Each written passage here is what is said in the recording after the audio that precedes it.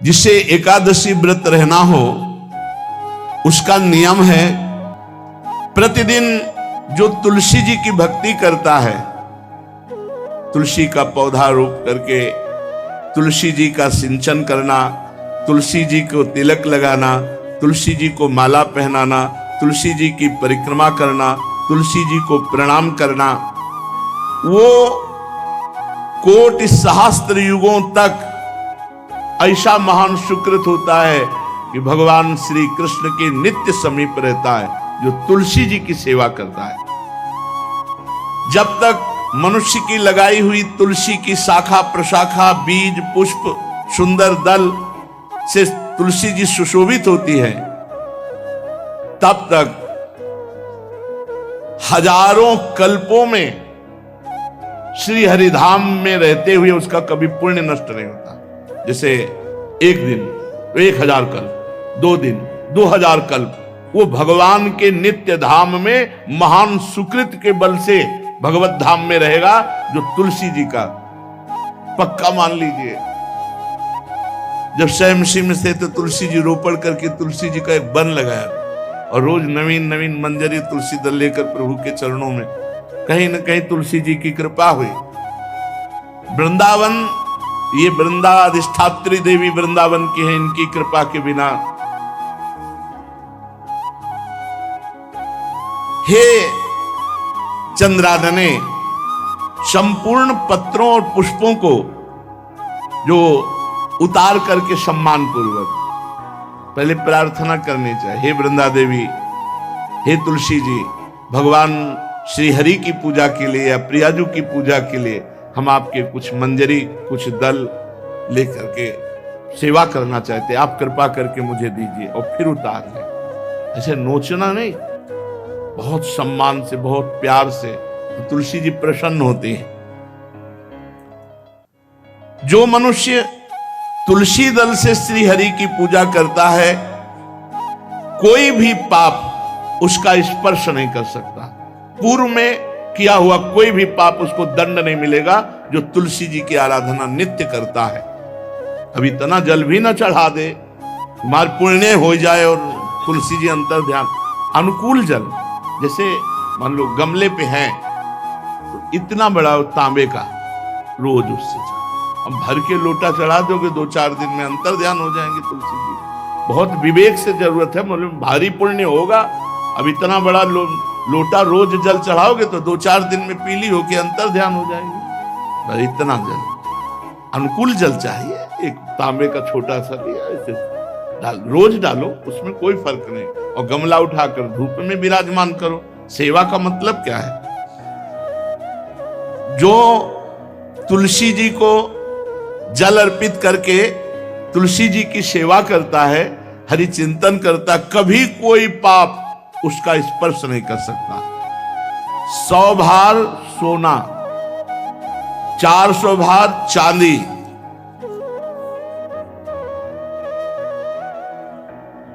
का जो दान करने का फल होता है, वो एक तुलसी दल उतार, जो अपने द्वारा लगाई हुई तुलसी दल, वो हरि के चरणों में अर्पित करो। ये 100 भार सोना और चांदी बराबरी नहीं हो सकती। कितना महत्व है। जो रोज तुलसी दल चयन कर, द्वादशी को न चयन करे, द्वादशी को मतलब बहुत बड़ा अपराध लगता है तुलसी दल का, इस मतलब तुलसी के वृक्ष का भी स्पर्श न करे।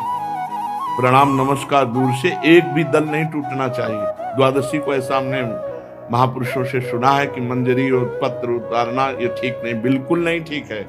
ब्रह्म हत्या का फल लगता है, अगर जो पाप लगता है अगर कोई द्वादशी को तुलसी चयन, बहुत सावधानी से। जिसके घर में तुलसी का बगीचा होता है, कई पौधे होते हैं, उसको कहीं तीर्थ जाने की जरूरत नहीं, उसका घर तीर्थ है जिसके घर में तुलसी के पौधे हैं। और यमराज कभी उस घर में किसी भी मरने वाले को लेने नहीं आएंगे। जिसके घर में तुलसी, लगा लो भैया तुलसी लगा लो घर में, काहे कोई यमराज को आने दोगे? सबके घर में तुलसी। कितना सुंदर पहले था, घर में आंगन होते थे, आंगन में एक बहुत बड़ा, और फिर उसमें तुलसी जी, और फिर उसमें 2-4 नर्मदेश्वर शालिग्राम ऐसे, और फिर घर का हर व्यक्ति जल चढ़ाना, प्रणाम करना, नमस्कार करना, चार पर कितनी पवित्र पद्धतियां हमारी थी। जब रसोई बने पहली गाय के लिए, फिर कुछ पक्षियों के लिए, फिर कोई संत महात्मा, कोई भिक्षु, ऐसा कितना पवित्र व्यवहार। यहाँ जैसे हमने देखा है, ये रसोई बन रही ना, तो धुआं नहीं खत्म होने पाता, वो ही सब अपवित्र किए हुए हैं, राक्षसी बुद्धि आती चली जा रही। तुलसी जी, ये भागवती को वस्तुएं, हमें लगता है बालकनी तो होती ही, बढ़िया बालकनी में कैसा उठाने धरने वाला स्टैंड लोहे का रखो कि तुलसी जी को विराजमान कर दो। जिसके घर में तुलसी जी विराजमान होती, उसके घर में यमराज कभी नहीं जाते। जो तुलसी जी का सेवन करता है, उसकी सारी कामनाएं तुलसी जी पूर्ण कर देती है। तुलसी जी को लगाना, तुलसी जी का पालन करना, तुलसी जी को सिंचन करना, तुलसी जी का दर्शन करना, तुलसी जी का स्पर्श करना, मनुष्य के द्वारा जो मन, वाणी और शरीर से पाप हो गए, सबको तुलसी महारानी क्षमा कर देती है, दग्ध कर देती है।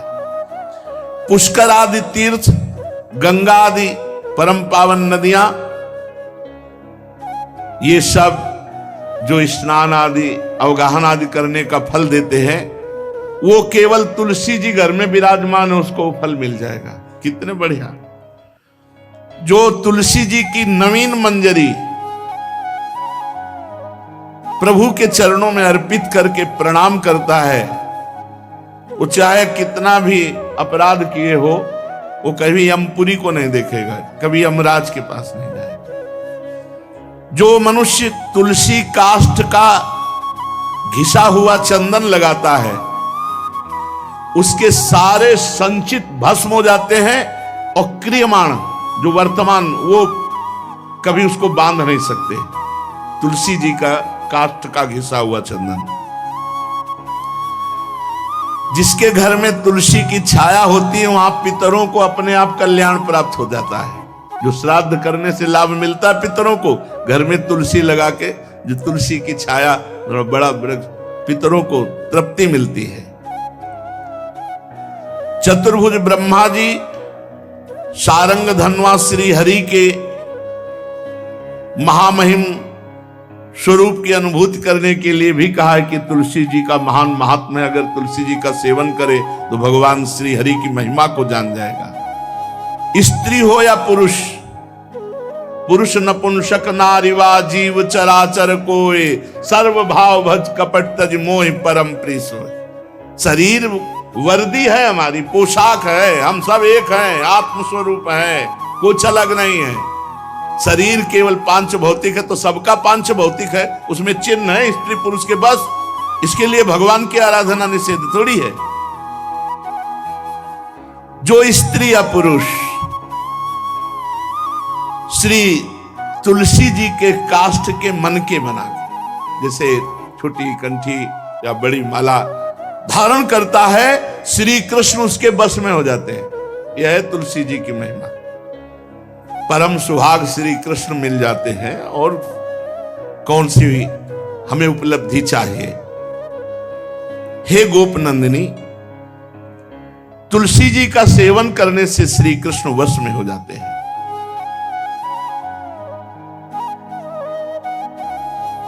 जो तुलसी की माला से नाम जप करता है, काउंटर वाली बात तो स्मृति के लिए भाई है, हम निषेध नहीं करते, नहीं बहुतों के भजन बंद हो जाएंगे, पर हम इतनी महिमा जरूर बता देते हैं कि तुलसी माला से जो नाम जप किया जाता है, उससे आध्यात्मिक सिद्धि बहुत जल्दी होती है।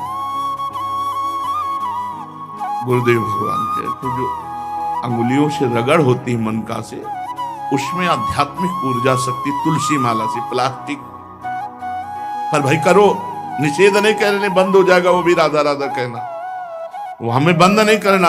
हम कह रहे तुम जैसे बने वैसे करो, लेकिन माला का बहुत बड़ा प्रभाव है। तुलसी परम पवित्र भगवान श्री हरि की प्रिया, और उनके काष्ठ को जब हम ऐसे ऐसे नाम के साथ, तो विशेष ऊर्जा शक्ति, आध्यात्मिक शक्ति हम में जागृत होती है।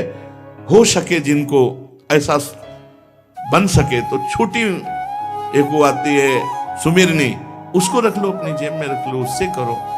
और नहीं है तो भैया तुम इसी से करो, नाम जप करो, भाव को भाव अनख आलसो, नाम जपत मंगल दिस दसो।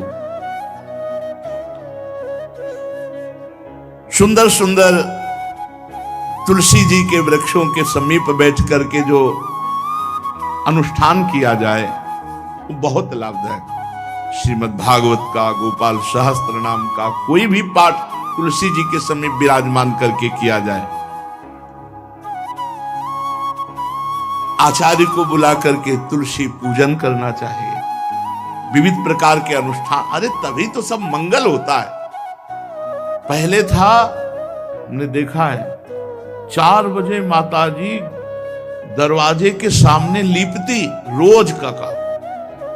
जो पुराने घरों में देहरी के आगे आके 4 बजे लीप करके वहां अपना चौक पूर के दीपक जला, क्या पवित्रताएं थी, क्या मंगल था। जब किसी को निमंत्रण दिया जाता था सबके पैर धोए जाते थे, सुंदर बिछौना बिछा करके और उसमें बैठकर पत्तल रज के सकोरा कुल्हड़ ऐसे भोजन पाया। कितना पवित्रता, जो हमारी पूर्व पवित्रता थी, धोती कुर्ता चोटी, पवित्रता। अगर बाहर जा रहे तो पैजामा कुर्ता, ऐसे बहुत पवित्र पोशाकें थी, पवित्र आचरण थे, पवित्र खान पान था। घर में जाओ तो एक पवित्रता है। किसी भी घर में ऐसा नहीं था कि देव मूर्ति न विराजमान हो, किसी भी घर में ऐसा नहीं था तुलसी जी विराजमान न हो, 1-2 गाय जरूर होती थी, पवित्रता। अब तो बड़ा विचित्र, भारतीय गौएं जो श्वेत रंग की, जो अरुण रंग की, जो सींग वाली हैं, वो उनका आप दुग्ध देखिए, दूह कर रख दीजिए, स्वर्णिम कांति छाई मिलेगी। ये हमारी भारतीय पद्धति, ये हविष्यान्न, इससे देवताओं का, भगवान का, सबका अभिषेक पूजन होता है। शुद्ध गाय जो हमारी भारतीय है, तीला है उसके जैसे निकला हुआ, वो भगवान ने सेवा की है। हमारे गोविंद भगवान का नाम ही गोविंद, गौओं के इंद्र। भगवान सुबह से निकल जाते थे, शाम तक गौओं को चराते थे। बड़ा तो किशोरी जी ने श्री तुलसी जी के पूजन की बात, भगवान गोपियों से वादा किए थे कि अब तुम्हें अगली पूर्णिमा को रास, अब रास बिना रासेश्वरी के नहीं हो सकता। लिखा हो चाहे ना लिखा हो, कोई भी विद्वान, कोई भी प्रवक्ता इस बात को बतावे, कहते हैं भागवत में राधा नाम नहीं लिखा है, भागवत राधामय ही है। सांद्रानंद घन प्रेम मूर्ति किशोरी, बिना लाडली जू के कोई रास बता दे कहीं भी, कभी भी, कैसा भी, महारानी जू के बिना रासेश्वरी के रास हो ही नहीं सकता, लिखा हो चाहे ना लिखा हो। क्यों नहीं लिखा? याते श्री सुख प्रगट कियो नहीं, जहां बोले राधा तो समाधि लग जाती हो, यहां 7 दिन में तक्षक काटना है। श्री सुखदेव जी ने महारानी जी का नाम, हरिराम व्यास जी कह रहे, याते श्री सुख प्रगट कियो नहीं, जानि सार को सार परम धन, राधा नाम आधार। वैसे तो रोज संकेत वन में, पीछे हमने चर्चा की थी, प्रेम सरोवर में प्रियालाल मिलते थे, नंदगांव वर्षा में। आज लालू ने एक नई लीला रची, गोप देवी लीला है। श्री लालजू महाराज प्रियाजू को रास के लिए, उन्होंने सोचा एक बार छलिया रूप रख करके महल में प्रवेश करते हैं, देखते हैं लाडली जू पहचानती है कि नहीं, और कितना प्यार लाडली जू करती है। महाराज तो जो रूप धारण करें तो सभी सुंदर हैं, तो सुंदरता के समुद्र हैं। जब नकबेसर धारण करते ना, अंजन और घूंघट नीलांबर का, महाराज हृदय चूर चूर हो जाए, ऐसे सुंदर है। गोरी किशोरी भी चकोरी है जिनकी, नीलांबर धारण करके, और जिस समय लाली लगा के महाराज अपने राधा पी जी को कभी कभी जब आते हैं तो देखो ऐसा लगता है यार बलिहार है महाराज, जो रूप धारण करते सीधे हृदय पर प्रहार करते हैं। प्रभु ने गोप देवी का रूप धारण किया, गोपांगना का। श्री चरणों में नूपुरों की झनकार, कटी में करधनी जिसमें क्षुद्र घंटिका लगी हुई है। अद्भुतम गोपिका रूपम चलत झंकार नूपुरम किंकिणी घंटिका शब्द मंगुलीयक भूषितम। बड़ी दिव्य अंगूठियां धारण किए हुए अंगुलियों पे, कमर में करधनी जो रुंझुन रुंझुन, श्री चरणों में नूपुर और रत्न कंकण केयूर मुक्ताहार विराजितम। कलाइयों में रत्न जटित कंगन, बीच बीच में चूड़ियां, कंगन ऐसे, बाजूबंद, कंठा, मोतियों के हार और शीश फूल, केशपास, बेणी रचना, नासिका में मोती की बुलाक, बेशर और अलकावली, घुंघराली अलकावली, श्याम वर्ण के केश। ऐसा रूप धारण किया जो देखे मुग्ध हो जाए श्याम सुंदर को। वृषभानु भवन की तरफ चले। खाई और परकोटों से युक्त वृषभानु भवन 4 दरवाजों से सुशोभित, प्रत्येक द्वार पर काजल के समान वर्ण वाले गजराज झूम रहे।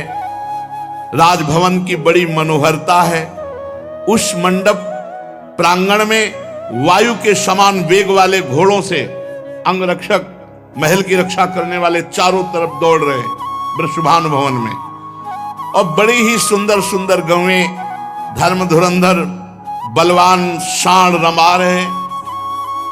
बहुत से गोपाल बंशी वेद धारण किए हुए उनको संभाल रहे हैं। वृषभानु जी का भवन क्या है, ऐसा लगता है कि विश्वकर्मा ने पूरी कला कौशल लगा दी।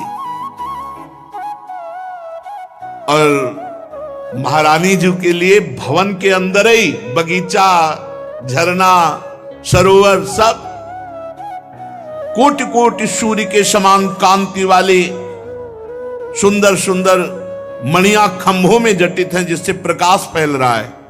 रत्न मंडित आंगन, बहुत से रत्न स्वरूप भूमि पे जटित है। और वहां वीणा, ताल, मृदंग आदि बाजे बजाती हुई बहुत सी मनोहर सखियां फूल छड़ी लिए हुए दरवाजे पर खड़ी हैं, संगीत बज रहा है। उस अंतापुर में दिव्य विशाल उपवन की छटा छटक रही। भीतर ही अनार, कंद, मंदार, नींबू तथा अन्य ऊंचे ऊंचे वृक्ष लहला रहे। केतकी, मालती, माधवी लताएं बड़ी सुंदर वृक्षों का आलिंगन किए हुए श्री राधा निकुंज महल के अंदर ही कल्प वृक्ष के फूलों की सुगंध से भौरे मत वाले हो रहे हैं। शीतल मंद सुगंध वायु चल रही है।